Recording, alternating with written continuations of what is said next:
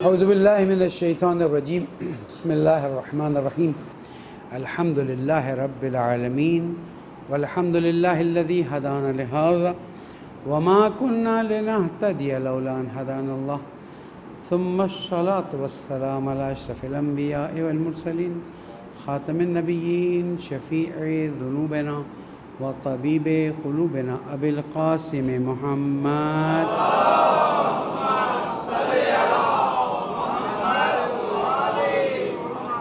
وعلى أهل بيته الطيبين الطاهرين المعصومين المظلومين الذين أذهب الله عنهم الرجس وطهرهم تطهيرا.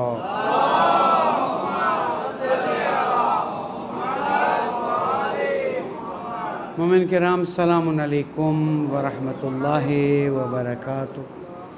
اوصیکم ونفسی بتقوی اللہ ونظم امرکم. پہلے اپنے آپ کو پھر آپ سب کو نصیحت کرتا ہوں کہ اللہ کا احترام کیجئے، اللہ کی پرواہ کیجئے، اللہ کی حضور میں گناہ کرنے سے اپنے آپ کو بچائیے. یہی دنیا اور آخرت کی علیکم السلام ورحمۃ اللہ سعادت کا راستہ ہے. پانے والے، تیری اتنی نعمتیں ہیں کہ ہم تو گن نہیں سکتے. صرف اتنا کہتے ہیں پالنے والے، تیری نعمتوں پر شکر کرنے کی کوشش کر رہے ہیں، تو اس کو قبول فرما دے، ہمارے گناہوں کو معاف فرما دے، ہماری عاقبت بخیر فرما دے. درود پڑھ دے محمد و آل محمد پر.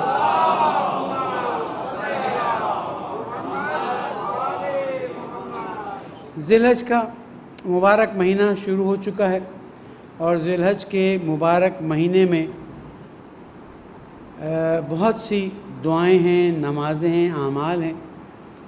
اس کے بعد روز عرفہ انسانیت کی تاریخ کا ایک عجیب روز عرفہ ہوگا، جس میں عرفہ کا میدان خالی ہوگا، خانہ کعبہ خالی ہوگا، اور چند لوگ وہاں پہنچیں گے. باقی بہرحال یہ ایک المیہ ہے، اور اس المیہ کی بنیاد سمجھاتا چلوں.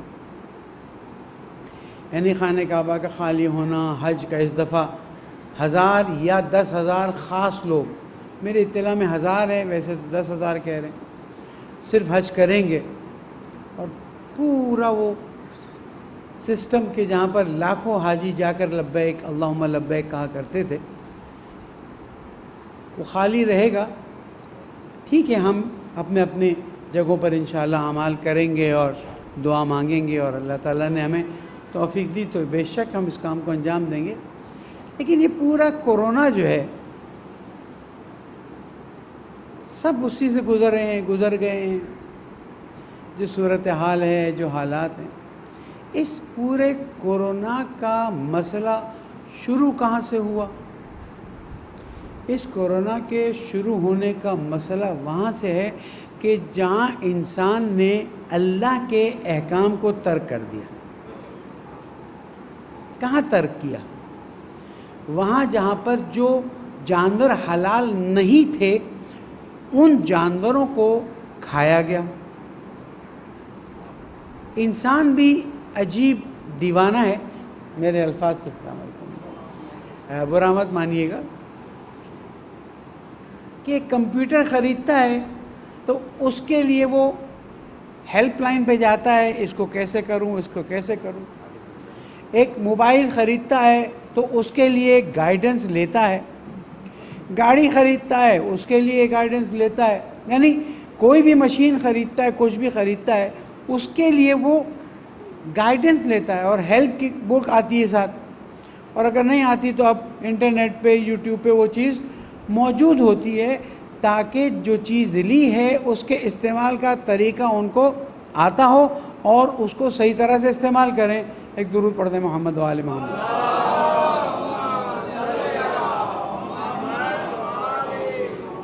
یہ اے سی ہمارے سامنے کھڑا ہوا ہے، جنہوں نے ڈونیٹ کیا، اللہ ان کو مزید توفیق دے. اور مسجد کے بارے میں عرض کروں گا، اس اے سی کو چلانے کے لیے بھی ایک کتاب کی ضرورت ہے، اس کے بغیر یہ چلے گا نہیں. یہ بھی اسی طرح سے اب کیونکہ پنکھا چلانا آ گیا ہے، اس لیے اس کی کتاب نہیں.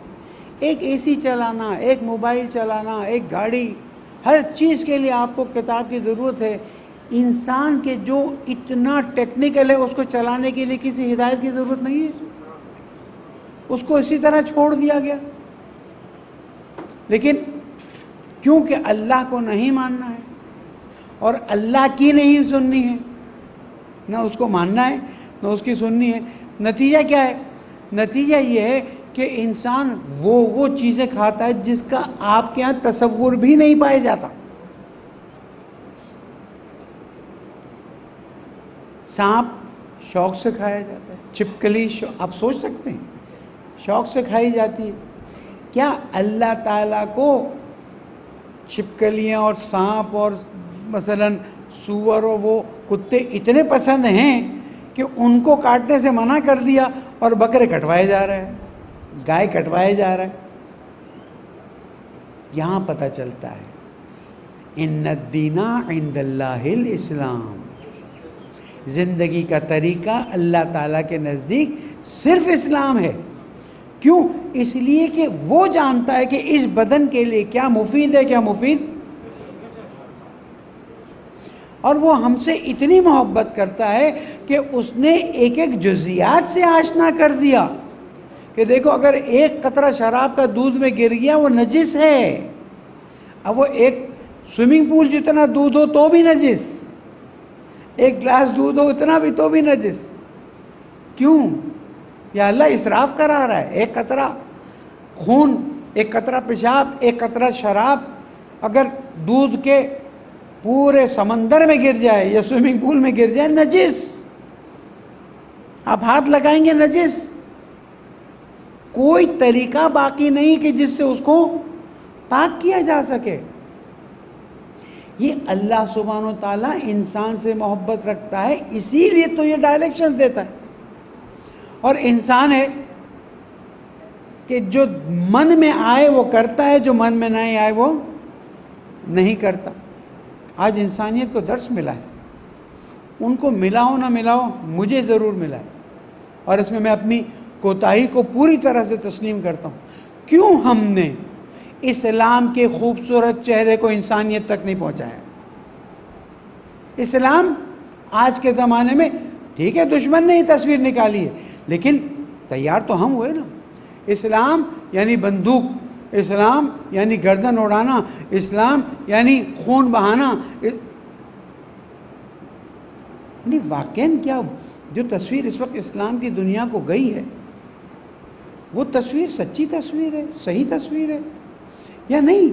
اسلام وہ تسلیم، اسلام اللہ کے سامنے تسلیم ہو جانا. اور پھر امام جعفر صادق علیہ السلام سے سوال کیا گیا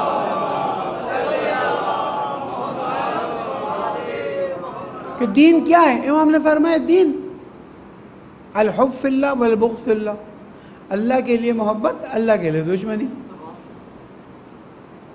ہم نے نہ خود سمجھا ہے، نہ ہم نے اپنایا ہے، نہ ہم نے دوسروں تک پہنچایا، ورنہ اللہ کا بھیجا ہوا دین، اللہ کے رسول کے ذریعے آیا ہوا دین، ائمہ معصومین علیہ السلام کی زحمتوں، مشقتوں اور تکلیفوں، پریشانیوں کیسا گریا کرتے ہیں. ابھی ایک جملہ کہہ دوں گا سب کی آنکھوں میں آنسو آ جائے گا کہ اہل بیت پر اتنا ظلم ہوا. یہ کیا ظلم نہیں ہے کہ انہوں نے اتنا کچھ بتایا، آج ہم اس کو لے کے بیٹھے ہوئے نہ خود عمل کرنے کے لیے تیار ہے نہ دوسرے کو پہنچانے کے لیے تیار.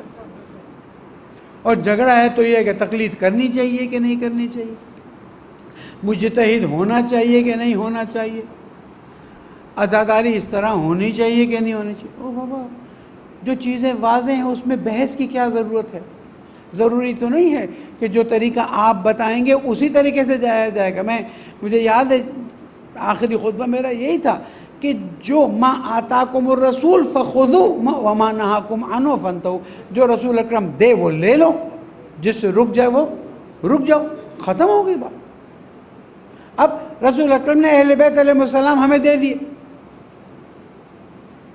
ہم نے تو نہیں چنے، آپ نے تو نہیں چنے، تاریخ میں کسی نے نہیں چنا. رسول اکرم نے فرمایا انی تارک فیکم الثقلین کتاب اللہ و عترت اہل بیتی، میں دو چیزیں چھوڑ کے جا رہا ہوں، اللہ کی کتاب. یعنی یہ جملہ کیوں ہم نہیں کہتے کہ رسول اکرم نے دو خلیفہ چھوڑے ہیں؟ ہم کسی اور بحث میں لگ گئے، اس کو گرا، اس کو گرا، اس کو پچاڑ. نہیں ضرورت ہے کسی کو گرانے کے پچھاڑنے کی. کیوں؟ اس لیے کہ وہ اس قابل نہیں کہ ان کو گرایا پچھاڑا جائے. بھائی دو پہلوان مقابلے کے ہوں تو میری بات سمجھ رہے ہوں گے. ذرا مجھے احتیاط سے بھی کام لینا پڑتا ہے, پھر ٹیلی فون آ جاتے ہیں مولانا. تم اس کو کیوں پچھاڑ رہے ہو؟ تمہارے ائمہ معصومین جو اللہ نے معین کیے ہیں وہ اس لیول پر ہیں جس لیول پر کوئی ہو نہیں سکتا, امکان میں نہیں ہے. اور حضور اکرم نے فرما دیا کیا؟ انی تارک فیکم الثقلین, میں دو چیزیں چھوڑ کے جا رہا ہوں, اللہ کی کتاب اور اطاعت اہل بیت. چیلنج, کہیں مناظرے میں بلا لیں کہ اس حدیث کو غلط ثابت کر دے کوئی. میں شیعہ کتب کی تو بات نہیں کر رہا, میں اہل سنت کی کتابوں کو بات کر رہا ہوں. چند مہینے فارغ بیٹھے تو مطالعات اور ہونے کا موقع مل گیا. وہاں اللہ تعالیٰ نے قرآن میں ایک اور بات کہہ دی, اے رسول قل لا اسألکم علیہ اجرا الا المودۃ فی القربى. یا رسول اللہ, اتنی زحمتیں, اتنی محنتیں, اتنی تکلیفیں, اتنی مشکلات, اور بس مودت فی القربہ, یعنی قربا سے محبت کا اظہار. محبت تو دل کی حالت ہے, اظہار محبت قربا کے لیے یہ مودت ہو جاتی.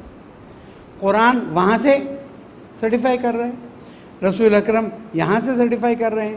وہاں سے وہ جملہ آ جاتا ہے کہ جو رسول تم کو دیں وہ لے لو, جس سے روکے وہ رک جاؤ. ہم کہاں جا رہے ہیں؟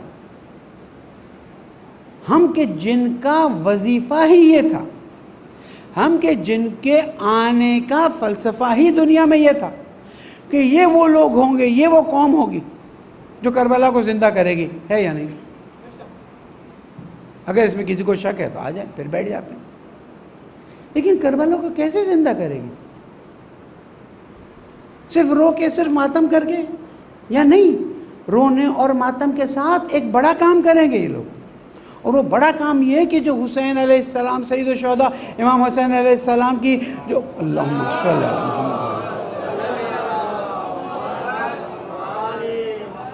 قربانیاں ہیں ان کو زندہ کریں گے. حضرت ابراہیم علیہ السلام کی قربانی کو اللہ نے زندہ کروا دیا, جبکہ بیٹے کو ذبح بھی نہیں کیا. سید الشہداء کی قربانی کو ہم سے زندہ کروایا, اس کو واجب کروایا. ایک حج پہ کرنا ہوگا, لیکن اس کو واجب نہیں کروایا. کیوں؟ اس لیے کہ وہ شاید زندہ نہ ہوتا تو اس کو زندہ رکھنے کے لیے واجب کیا. یہ چاہنے والوں پہ چھوڑ دیا, جتنی محبت اتنا زندہ کرو. کہیں پابندی ہے جو شرعی حدود میں ہے, غیر شرعی حدود کی میری بات ہی نہیں. جو شرعی حدود میں ہے کسی پر پابندی ہے کہ تم مجلس مت کرو, تم ماتم مت کرو, تم نظر مت کرو, نیاز کہیں ہے.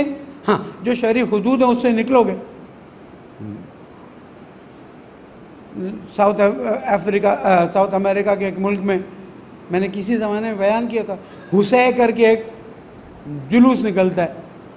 ہمارے ایک صاحب تبلیغ کے لیے گئے ہوئے تھے, وہاں پر پہنچ گئے. بزنس مین تھے, لیکن ہمارے خوجوں میں بزنس مینوں کو تبلیغ کرنے کا شوق ہوتا ہے, اور اچھا بھی ہے, آپ لوگوں میں بھی ہونا چاہیے. اس کو پتہ چلا حسین نام کی کوئی چیز, حسین نہیں حسین. وہ پہنچ گیا, اس نے ویڈیو نکالی. تابوت ہے, علم ہے, لیکن ان تابوت اور علم کے آگے جشن منایا جا رہا, شراب پی جا رہی. کیوں؟ بھئی ہمارا ایک بہت بڑا بادشاہ تھا, اس کے بیٹے کو مار ڈالا, لیکن اس کے مرنے کے باوجود وہ جیت گیا, ہارا نہیں. فلسفہ کتنا صحیح ہے. لیکن کیونکہ جو لوگ ہمارے ہندوستان, پاکستان سے, افریقہ سے وہاں گئے, حتماً اس میں شیعہ اہل بیت علیہ السلام کے چاہنے والے تھے, انہوں نے اپنی عزاداری کو باقی رکھا. لیکن آگے جو مقصد امام حسین علیہ السلام تھا وہ توجہ نہیں رہی, جس وجہ سے بھی آپ تعجب کریں گے کہ یہ کیا حال ہے. تعجب مت کیجیے, آپ کے یہاں بھی چیزیں ہو رہی ہیں. کیوں؟ جیسے کہ میں تو آزاد ہوں عزاداری میں, مجھے جو مرضی ہے کروں. بابا میں اور آپ آزاد نہیں ہیں, اور کوئی آزاد ہوگا تو ہوگا. ہم امام زمانہ کے باقاعدہ طور پر ماننے والے ہیں. اللہم صلی علی محمد. ہم 12 اماموں کے ماننے والے ہیں، ہم پابند ہیں۔ ورنہ امام موسیٰ کاظم علیہ السلام تشریف لے جا رہے تھے، واقعہ آپ نے سنا ہوا، صرف یاد دلاؤں۔ وہ کنی سے پوچھا اس گھر میں رہنے والا بندہ ہے یا آزاد ہے؟ مجھے کہو آزاد ہے، بندہ کہاں ہے؟ موسیقی کی آوازیں آ رہی تھیں، آگے چلے گئے، کنیز کو دیر ہوئی، کیا ہوا کہاں رہ گئی تھی؟ کہا پتہ نہیں، ایک صاحب جا رہے تھے، کچھ لوگ ان کے ساتھ، تو کیا ہوا؟ کہا وہ پوچھ رہے تھے کہ گھر میں رہنے والا بندہ ہے یا آزاد ہے؟ کہا تو نے کیا جواب؟ کہا میں نے کہا کہ آزاد ہے، میرا مالک ہے۔ تو اس نے کیا کہا؟ کہا تبھی یہ حال ہے۔ جب کنیز نے کہا کہ آزاد ہے تو اس شخصیت نے کہا تبھی یہ حال ہے، یہ دوڑا۔ دیکھیں اس طرح ہدایت ملتی ہے، یہ دوڑا، جوتیاں نہیں پہنی اس نے کہا یہ بات کوئی چھوٹا موٹا انسان نہیں کر سکتا ہے۔ امام کے پیروں پہ پڑ گیا، کہا مولا میں بندہ ہوں، آزاد نہیں ہوں۔ امام نے کہا اگر بندہ ہے تو بندے کی تو یہ حالت نہیں ہو سکتی کہ رقص و موسیقی کی محفل اس کے گھر میں ہو۔ میرے لیے بھی اور آپ کے سب کے لیے درس ہے۔ اس دن سے اس نے وہ نالین نہیں پہنے، اور کوئی پوچھتا تھا کہ بھائی وہ لمحہ کہ جس وقت امام نے میری ہدایت کی، اس لمحے کی شیرینی کو میں بھلا نہیں سکتا ہوں، اس لیے ننگے پیر گئے۔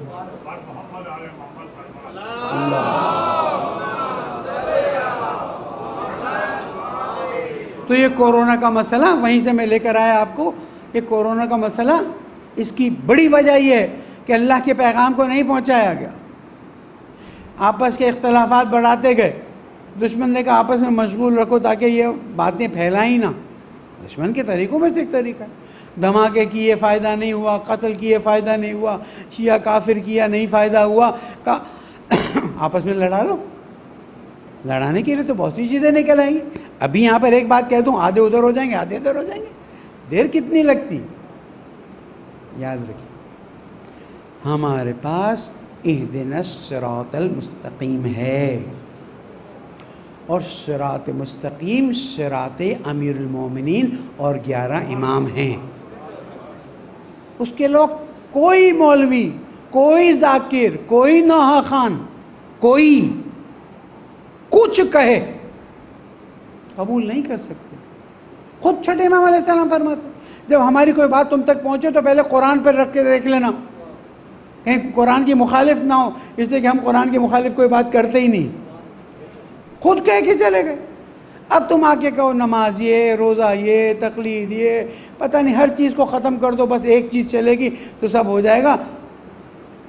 جس کو وہ کرنا ہے وہ کرے، اسلام اس کو قبول نہیں کرتا۔ اس لیے آپ بھی احتیاط کریں، اطاعت کریں اللہ کی، رسول کی، اور اولی الامر جو ائمہ معصومین علیہم السلام ہیں، تاکہ میری اور آپ کی زندگی بہتر طریقے سے آگے بڑھے۔ پالنے والے تجھے محمد و آل محمد کا واسطہ، ہم سب کی عاقبت بخیر فرما۔ پالنے والے تیرے رسول اور ائمہ معصومین کا اتباع کی توفیق عطا فرما۔ جہاں جہاں مومنین پریشان ہیں ان کی پریشانی کو دور فرما۔ پالنے والے بہت سی مشکلات ہیں، دلی حاجات ہیں، ان سب کو روا فرما دے۔ زمانے کے امام کو ہم سے راضی فرما، ان کے ظہور میں تعجیل فرما۔ بسم اللہ الرحمن الرحیم۔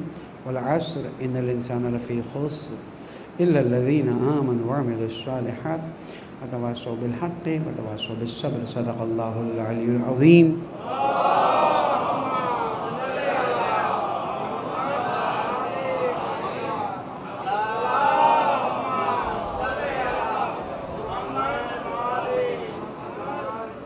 اعوذ باللہ من الشیطان الرجیم، بسم اللہ الرحمن الرحیم، الحمدللہ رب العالمین۔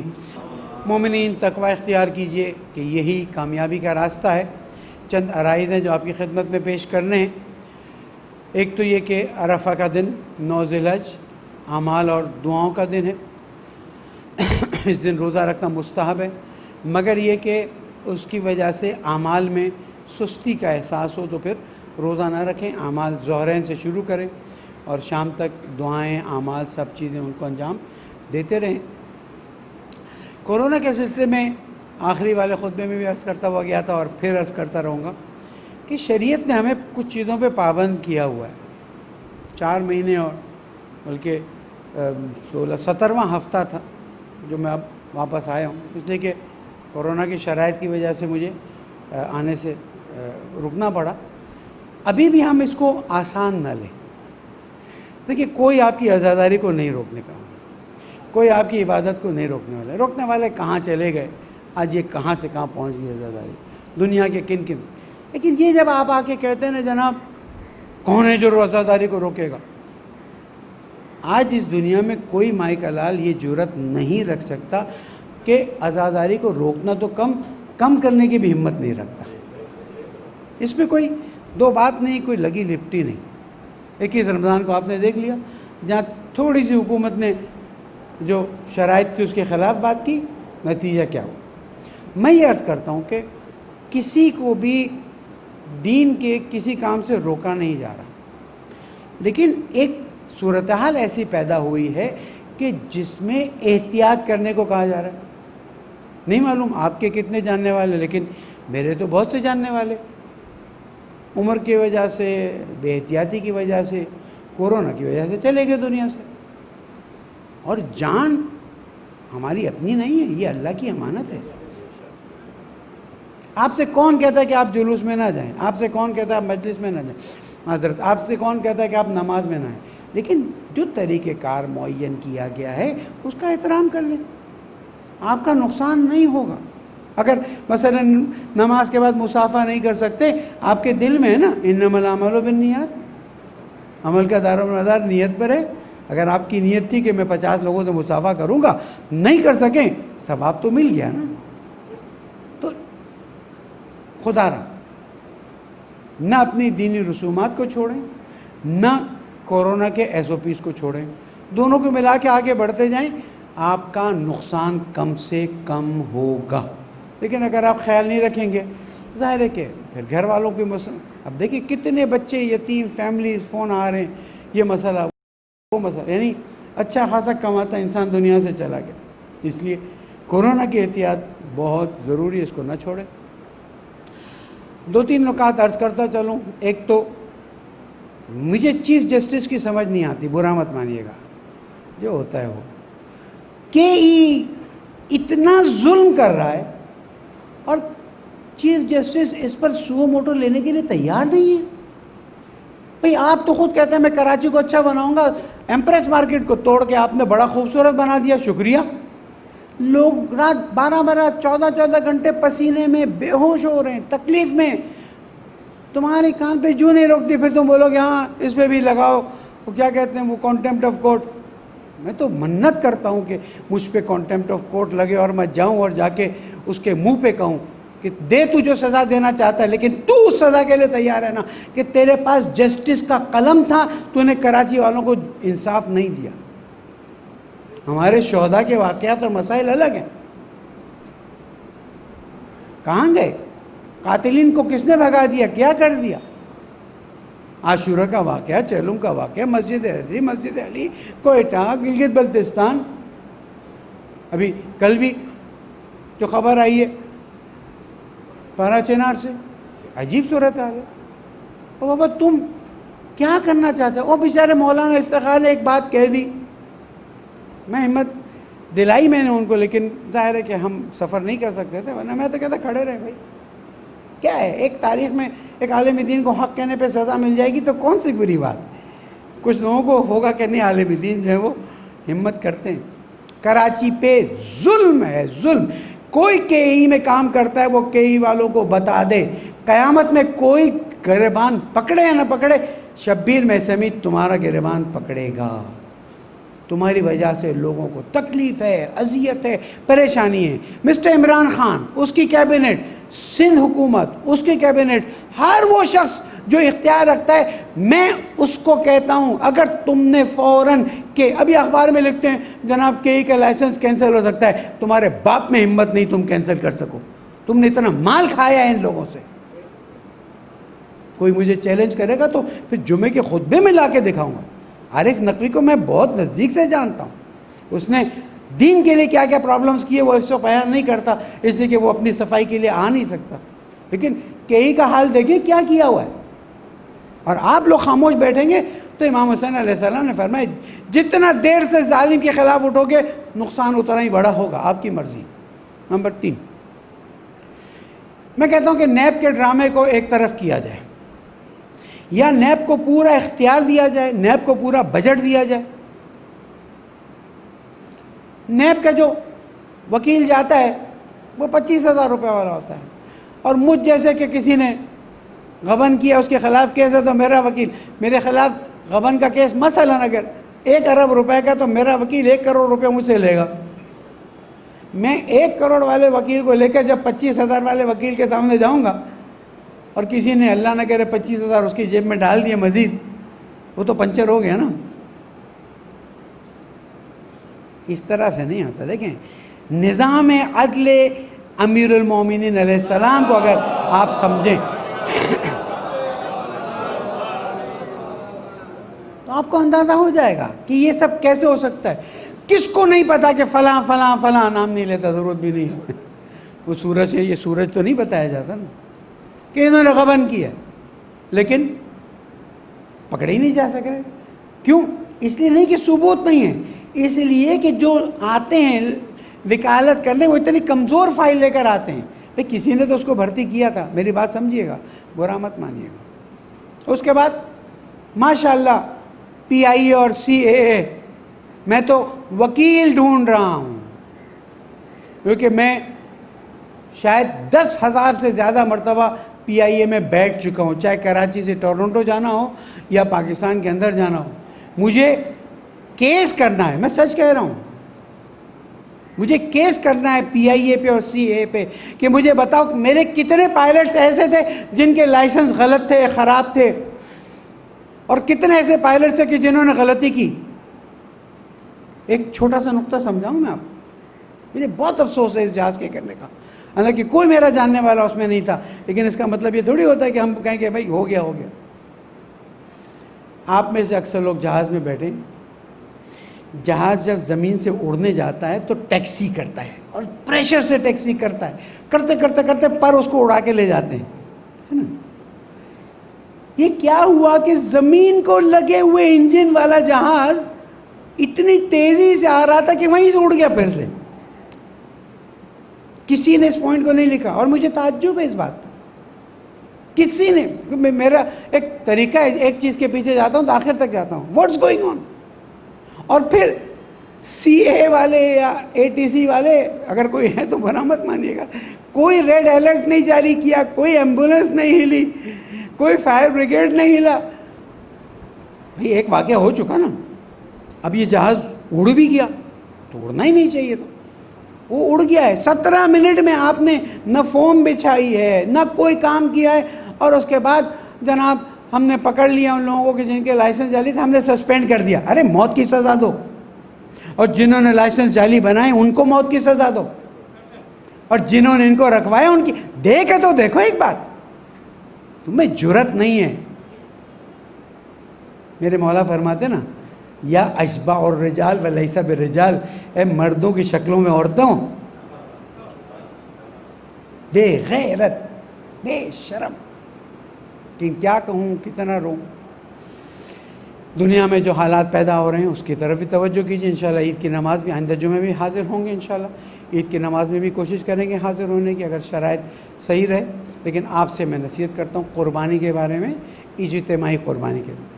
ٹھیک ہے گھر پہ بکرا کاٹنا، گائے کاٹنا، دمبا کاٹنا اچھا ہے، لیکن میں نے عرض کیا نا کہ حالات صورتحال کو دیکھتے ہوئے ہم تو وہ ہیں کہ جو اہل بیت علیہ السلام کے بتائے ہوئے طریقے پہ آگے بڑھتے ہیں. نیکسٹ ایئر حالات اچھے ہو جائیں گے پھر گھر میں کاٹ لیں گے، لیکن اس وقت حالات اچھے نہیں ہیں. قصائی کون آتا ہے، کیا آتا ہے، وہ کہاں گیا تھا، کیا ہوا. اس لیے اجتماعی قربانی کی طرف آگے بڑھیں، یہ زیادہ مفید بھی ہے اور ضروری بھی ہے. اور کوشش کریں. یعنی مجھے ایک فون آتا ہے تھر سے کہ مولانا اس سال گوشت ملے گا. میں نے کہا اس گوشت کے لیے تم نے مجھے فون کیا؟ مولانا سال میں ایک ہی مرتبہ تو گوشت ملتا ہے، ان کا حق بنتا ہے. پالنے والے تجھے محمد والے محمد کا واسطہ، ہماری کوتاہیوں سے درگزر فرما، پریشانی کو دور فرما، مرحومین شہداء کے درجات کو بلند فرما، جہاں جہاں مومنین ان کی جان مال آبرو کی حفاظت فرما. پالنے والے پوری قوم ملت سب کو کورونا کے شر سے محفوظ فرما. یہ جو حکومت کر رہے ہیں اور جس فساد کر رہے ہیں پالنے والے، ان سب کی ہدایت فرما دے.